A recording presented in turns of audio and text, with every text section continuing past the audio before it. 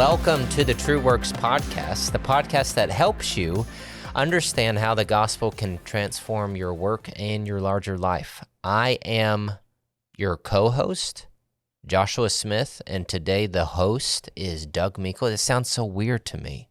Yes, it is weird to me. That's definitely not the script you wrote. Oh, I'm still the host. You can still be the host. Okay, I feel much comfortable being in control. So I am the host, as it really should be, and this is the co-host, Yeah, Doug I'm the co-host. Meikle. Yeah, I'm the co-host. I'm just along for the ride here, so that's fine. Yeah. It's okay. You pay me by the hour, so That's fine. And today we are talking about the redemptive frame. This is something that we have learned and adopted from a like-minded organization called Praxis. Yeah. And it's particularly coming before in the Faith Work Intensive, the Cultural Renewal Projects. Yeah. And we thought, Doug thought that he's much more familiar with this than I am, thought that it would be quite helpful to designing and presenting the cultural renewal projects that have what Praxis calls this redemptive frame. So can you introduce this frame to us, what it attempts to do, and how it will be helpful? Yeah, so we're going to give you a short book to read that will kind of go through the redemptive frame. Let's start with the organization that created it, Praxis. Praxis, as they call themselves, is a venture-building ecosystem with a redemptive imagination, supporting founders, funders, and innovators motivated by their faith to address the major issues of our time. Now, That was very well said. very well said, because I wrote down their definition from their website. But and I wanted to do that because these guys need to be given their due. They are, I think, the best practitioners of the faith and work world. These guys not only we're going to talk about some of their thought leadership, but it goes way beyond thought leadership. They really are an ecosystem. They've built an ecosystem of faithful funders, investors. They've also supported faithful venture starters, CEOs, and they've also kind of been alongside those folks as they've grown over time. And last year I attended their Redemptive Imagination Summit, and they get a few hundred people together from around the U.S., get them together in the same place, and present to them. I think it was about 10 for-profit and 10 non-profit startups that are kind of along the path of being this kind of faith and work venture. And, I have to say, I've just been incredibly impressed with them, and we work with them at TrueWorks on a couple of different things, but they really just do great work. And like many things, it boils down to their people. So some of the thought leadership you're going to see today is from Andy Crouch.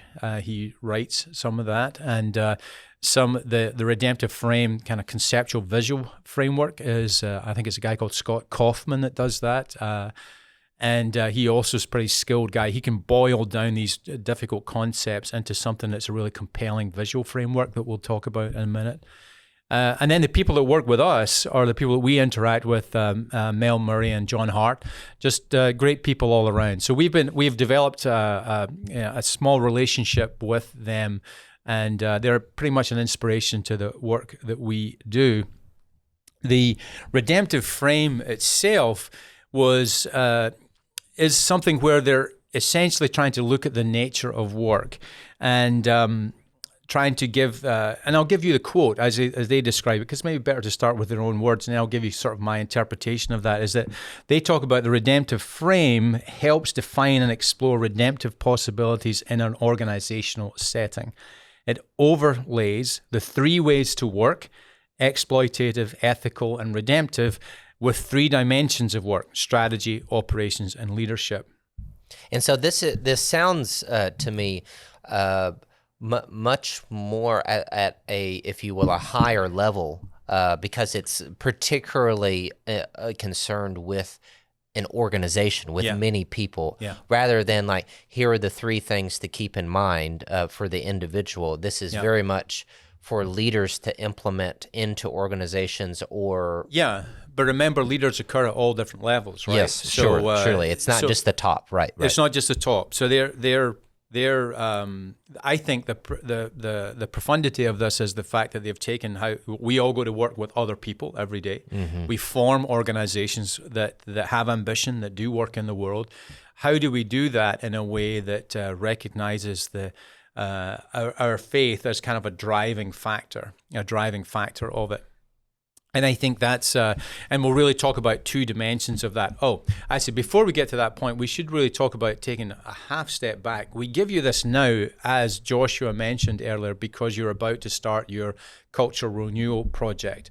And what we think of this frame is that it both helps you understand the work that you're participating in, but potentially calls you and points you towards at least how would one form a solution. So what do I mean by that?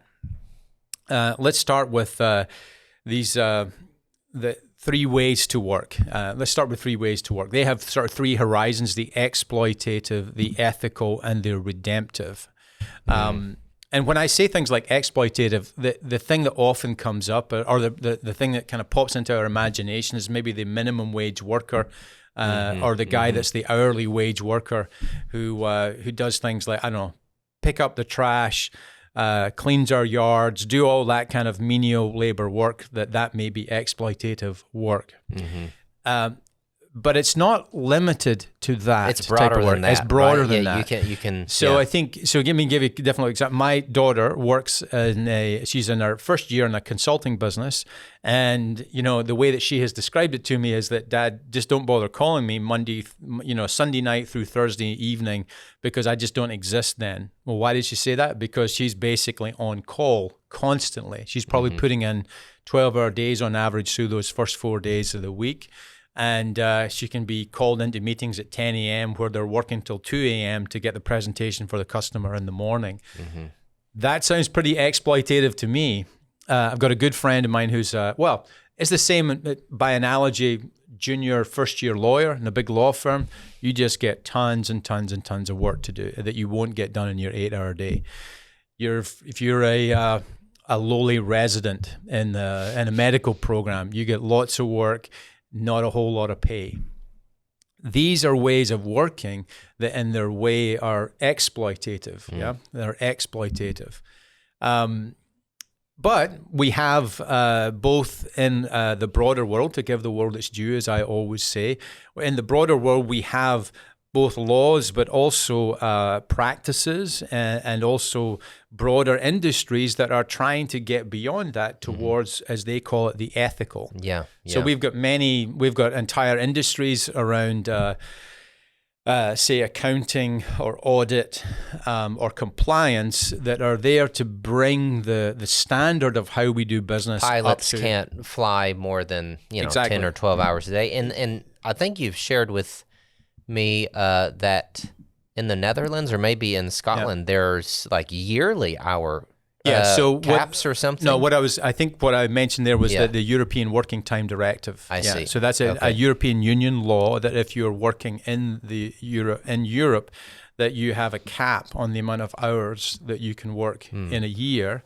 You can provide exceptions to that cap. It's a little bit more complicated than that, but the basic point is that you can't work your people like 14 hours a day or 12 hours a day every day without appropriate times of rest, and the total for a given year or a given period has to be kept within guidelines as well. So there's a certain kind of and in this frame, and you may argue whether those are good regulations or not, but if we think about it within this frame, that would be striving towards the ethical. Because we see something exploitive, and we're trying to recompense, we're trying to somehow balance out the scales and not have people working 14 hours a day, but to have some type of equal. And we have accounting laws. We are generally accepted accounting practice. We have audit to protect the public. If you ask money from the public to invest in your company, you must have auditors who come in and make sure that you're using that money well. This is the strive towards the ethical. So nothing wrong with being an ethical business. In fact, that's a relief. That's a good thing. That's a good thing in the redemptive frame. However, what the redemptive frame has helped me with is to challenge me to move my work beyond the ethical to the redemptive. And that, I think, seems like the crucial move here. This is the crucial move. And this is the one that's pretty difficult, I think, for broader industry, because it's inspired, obviously, by the redemptive story of the gospel. Yeah, the redemptive story of the gospel is as its central fact is the giving up of the life of Jesus to allow others to flourish. Yeah. So for this redemptive element of work, they see as necessary that we have to sacrifice something. I sacrifice so that you may flourish. Yeah. And is there a way, or should there be a way of forming work where we don't simply say, I'm going to go after, for example, maximum market share, but I'll exploit all of my people and work them to death in doing so? Is there a way for us to say, I sacrifice, or the industry sacrifices, or the institution sacrifices, where there's a point at which I can work my people well, create for them an environment where they can live well and flourish? And that may mean that either my growth is slower, or my market share is less, or there's some element of my business that is sacrificed for the greater good of the institution that I'm a part of.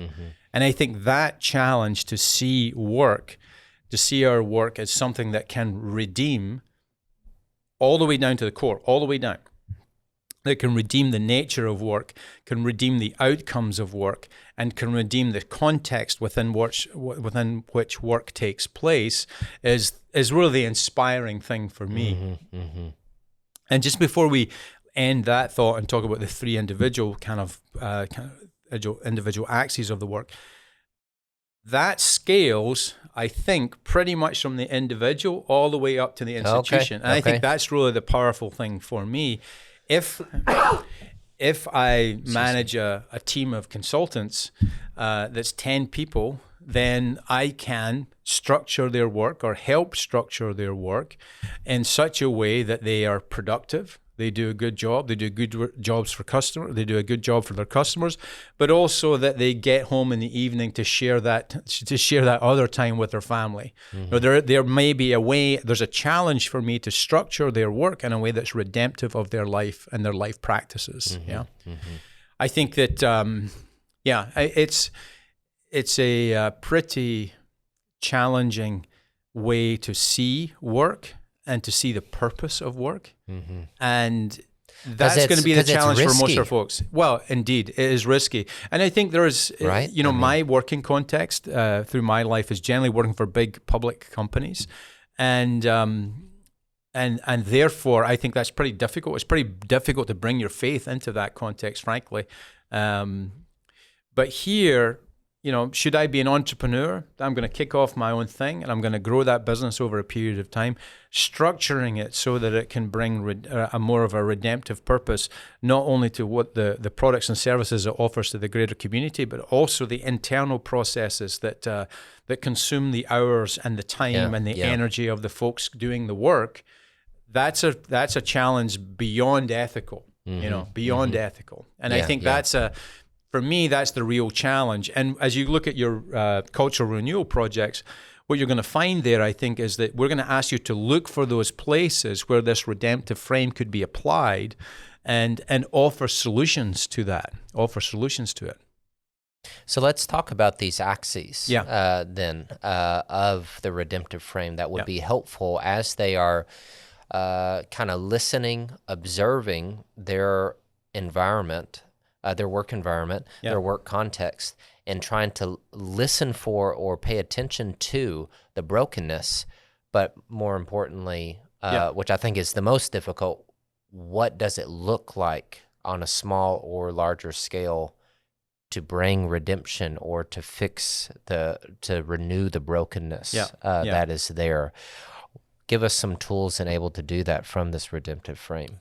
Yeah. So again, these three axes are strategy, operations, and leadership. So a quick comment about that, and I suppose this applies also to the three ways to work, is that like any model, this is a simplification of the vast complexity that can be in getting a job done in this world, right? Especially if it's a big organization, it's a pretty complicated animal. And so it's going to have to be, to a significant extent, by our listeners and participants, internalized and contextualized. Yeah. Yeah. Yeah, I would say I think it's roughly the same thing, Joshua. I think one of the skills, though, that when I'm coaching business leaders, I do a little bit of that. One of the things I try to teach them, I think, is the power of simplify and clarify, or drawing the simplicity from the complexity. And I think this is what this model does well, is that yes, if you're running a small law firm, it's more complicated than this. However, if you're going to run a small law firm and motivate people and lead people in set direction, then saying broadly, we're going to reach for redemptive and creating a model for how we work together is rather important, I think, for motivating and leading people. And then also these three dimensions of work: strategy, operations, and leadership. There's a whole bunch of work that's encapsulated under those three broad categories. And I think that simplifying the task of work, simplifying the objective of a larger organization, or an organization that involves more than one person, I think can be a profound help to you as a leader. So let's think about leadership, for example. Okay. So the leadership here, I would say there's a couple of things about this that maybe use as illustrations of this. Sure. Is that example I often use in leadership is one has heard the phrase kind of, you got to lead from the front. You got to be out there leading from the front. People got to look up to you and lead and see you leading. And then a few years ago, when President Obama was president, there was a phrase that he used, and I don't think it was his, but he did use this phrase of kind of leading from behind, like you're kind of pushing others forward who should take leadership. And I think basically both of those things are essentially wrong. That one should lead from a core set of kind of values and beliefs that you then kind of live out into the world. And I say that partly because that empowers many different types of person to be a leader then, yeah? At different levels of different levels, but also different personalities, right? I see. You know, okay. Those of you who have watched this podcast know that Joshua has a goofy sense of humor that drives me in various types and forms crazy. But you're welcome. At the end of the day, he does have a goofy sense of humor. And my point would be that doesn't mean he can't be a leader. In fact, I think if one is leading from one's core, that's part of the element of the personality that's got to be brought to the fore, because that's who he is. And I think that's important here, that there's a way of leading, if you like, that's authentic to your authentic self. And you've got to find that. The instructive part of this leadership in the redemptive frame is that you have that inner part, that core part of you, how you are in your inner self, but also the framing here of sacrifice, that you're not just simply exploiting people. You don't even want to get them to ethical, but you're leading them in such a way that involves some level of sacrifice and for you. We of course have the prime example of this, where Exactly. this flows out from Yeah, Jesus. and again, so there, Christ's example is it's not only the sense of a sacrifice that gained God's good favor. It's an orientation towards the world. It's an orientation towards my fellow human being as one of sacrifice. And that's what they're driving towards here, that there is a way of having leaderships that's essentially, and it can be authentic, but at the same time informed by the gospel story. And by being informed by the gospel story, it becomes sacrificial. Let's talk about that, because I'm not quite sure I followed you completely. So what you're saying is not to make the mistake of thinking that you're leading redemptively or sacrificially simply in one way, but do it in this fuller way. Can you make that distinction again? I didn't quite. Well, let me give you a concrete example. Okay. Now, concrete example.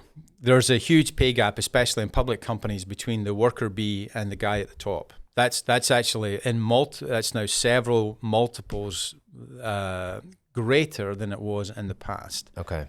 And you might, if you were leading sacrificially, I think you would think about that pay differential and pay gap, not merely as, well, I'm obviously worth it, someone's giving it to me, but you would think of it more in terms of, if they pay all that money to me, how are we not paying some of the others further down the tree? How are we not doing that? And I think that sense of being a sacrificial orientation towards the work, that, I don't need to earn $10 million a year. I could get away with 9, that would be okay. Wow. Thank you. Gee, I could definitely do that. Yeah. That's one less boat. That's one less boat to buy. Yes.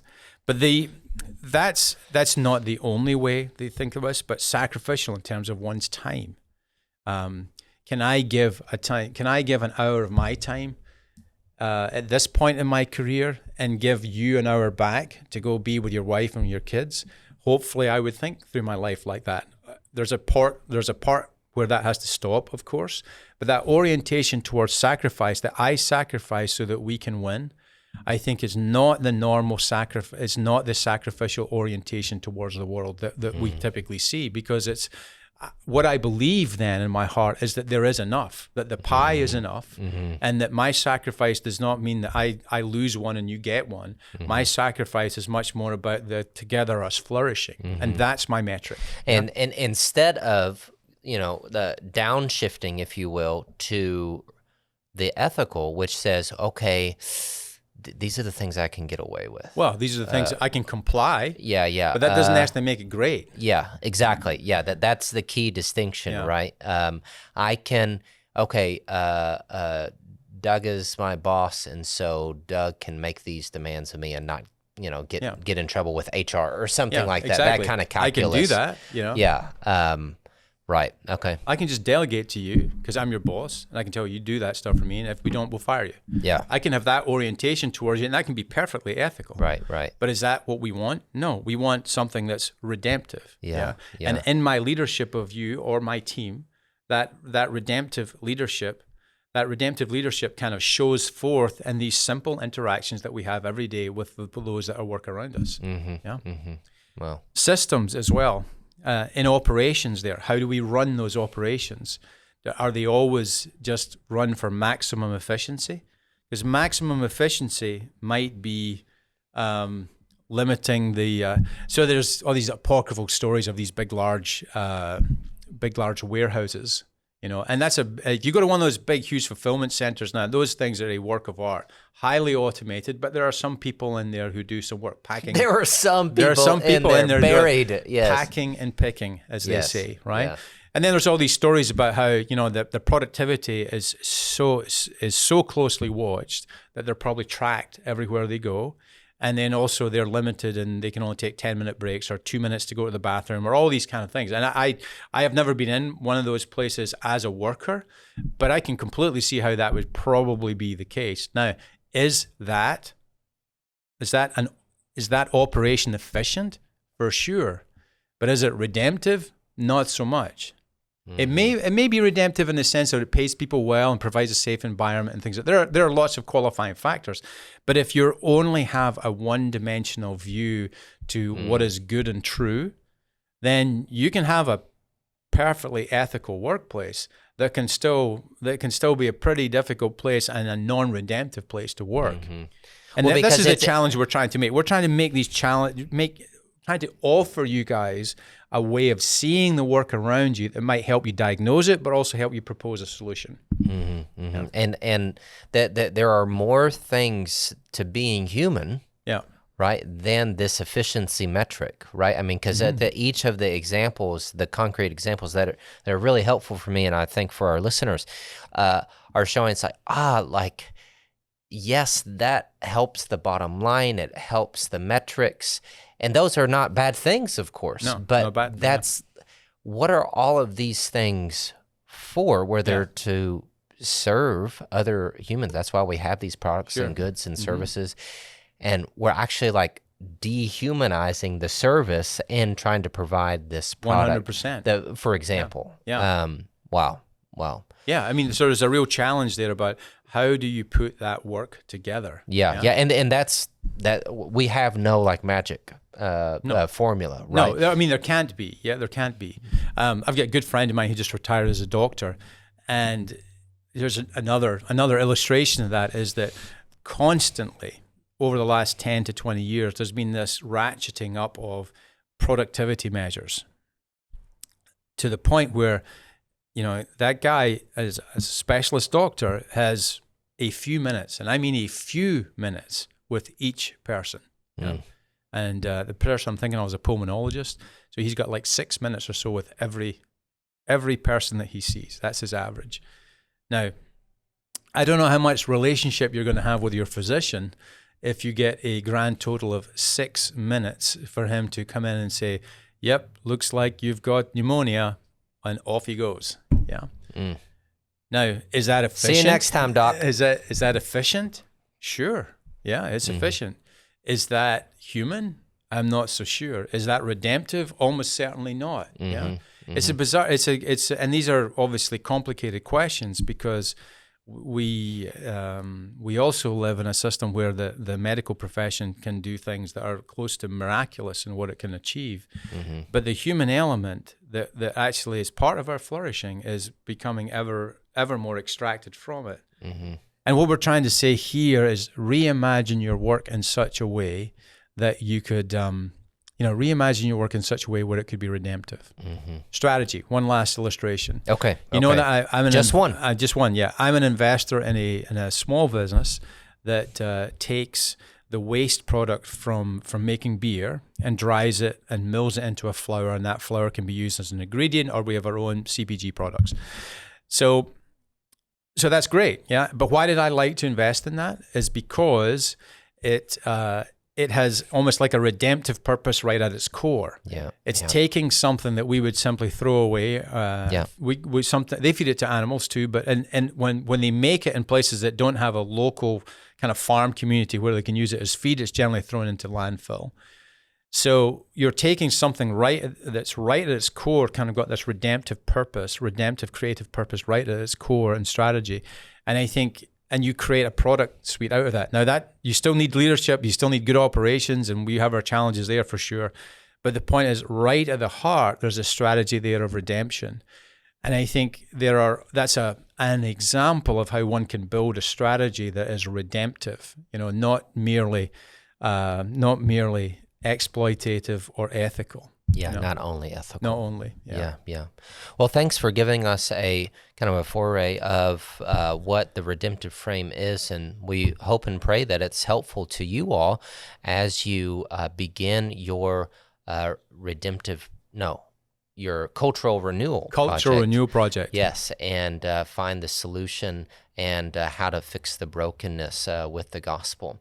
I've been your quiet host, Joshua, this episode. Wasn't that better that Josh was quiet? I know you're quietly dying inside because I did not have all of my funny, goofy comments, but maybe you're better for it. Maybe.